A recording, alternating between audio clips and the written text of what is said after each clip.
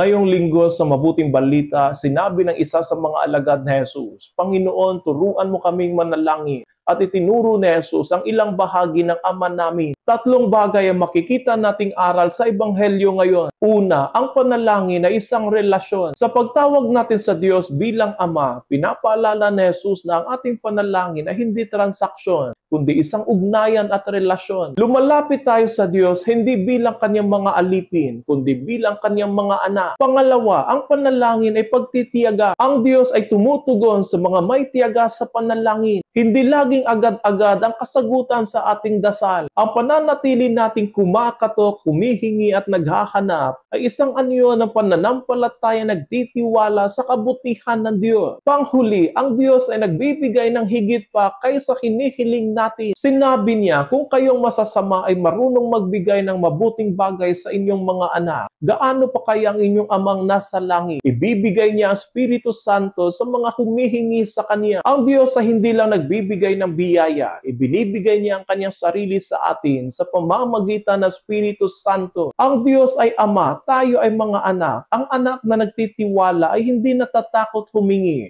hindi sumusuko sa panalangin, at laging umaasang may biyayang darating mula sa Ama.